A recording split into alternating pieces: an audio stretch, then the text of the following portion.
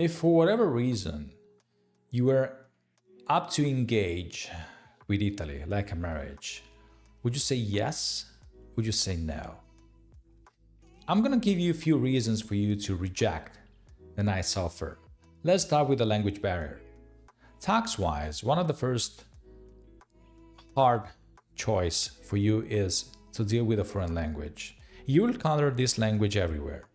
Italian language in the tax forms, in the instructions, even the email exchange with the Agenzia delle Entrate, the Italian tax authorities, are almost exclusively in Italian.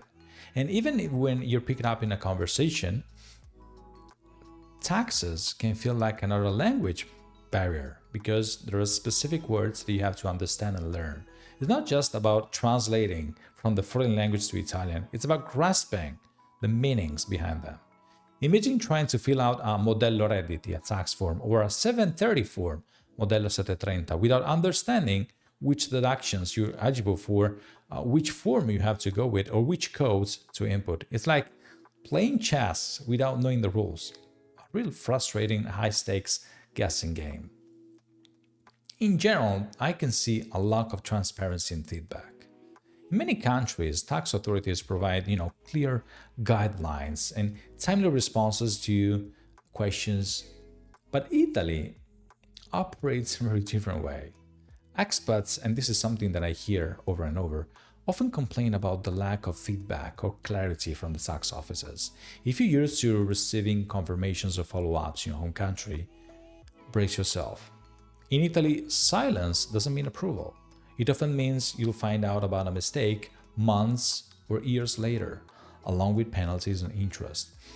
For example, you might submit a required form, only to discover years later that it was incomplete or incorrect. And by then, the fines can be pretty nice, and there's a little recourse for appealing for misunderstanding. The bureaucratic complexity is everywhere, every corner. Our tax system is aware of rules, exemptions, overlapping regulations, gray area, from income tax to the VAT, local taxes, municipal taxes, wealth taxes. Obligations, if you make a list, look like endless. For expats, the biggest challenge is understanding how these layers interact with your case and how they apply to your specific situation. Just to pick one, for example, the regime impatriati, a beneficial tax incentive for foreigners.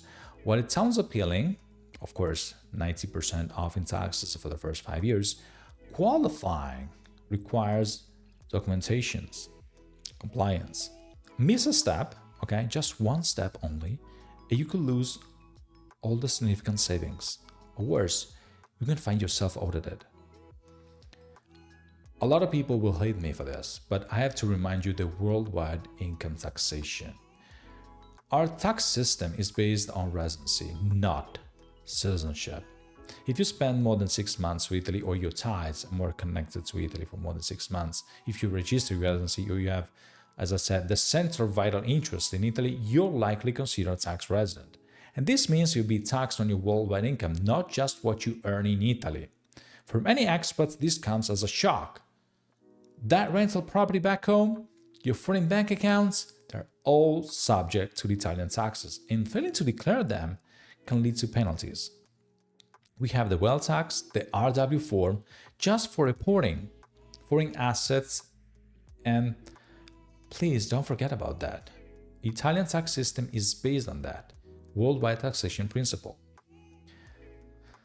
Unless you are blinded, there is another black hole for you to play with, the social security contributions. If you're self-employed, in Italy, or running a business in Italy, expect to pay definitely severe social security contributions on top of your income tax. These contributions can feel very unfair, especially for freelancers and small business owners. For many, it's a rude awakening when they realize how much of their earnings will be swallowed by these mandatory payments or retirement accounts, if you want. I truly hope not, but many of you may face unpredictable tax audits. Our tax authorities are pretty famous when it comes to tax compliance, and audits can feel random and invasive and unfair. They often focus on expats because of the complexity of their financial audits and situations. But if you made even a small error, okay, you missed one number or you missed to report a bank account, be prepared for a draw out process that could take months or even years to resolve back and forth. In general, navigating dual taxation treaties is tough. If you're earning income abroad while living in Italy, you'll need to understand how dual taxation treaties work. While these treaties are designed to prevent paying taxes twice as much on the same income, they're not anything automatic. Properly claiming foreign tax credit requires precise filings in both countries and coordination, if you want, between tax authorities in both countries in terms of forms, in terms of deadlines. One misstep here and there, you can end up overpaying or underpaying, which comes with own sets of problems. And then, of course, as you know, as everywhere, there is the human factor. Our Italian bureaucratic system is famous for being slow, inefficient, and the human element adds another layer of complexity. The tax office employees might take the same role and give you a different output depending on the day or even their mood or their location. This inconsistency, if you want, can drive you crazy as an expat, especially if you're used to clear and uniform procedures and process out there. Unfortunately, there is no one-stop shop for guidance. Like in many countries, you can find resources in foreign languages or professional networks to guide you through the tax obligations. In Italy, reliable advice is here and there. It's a puzzle.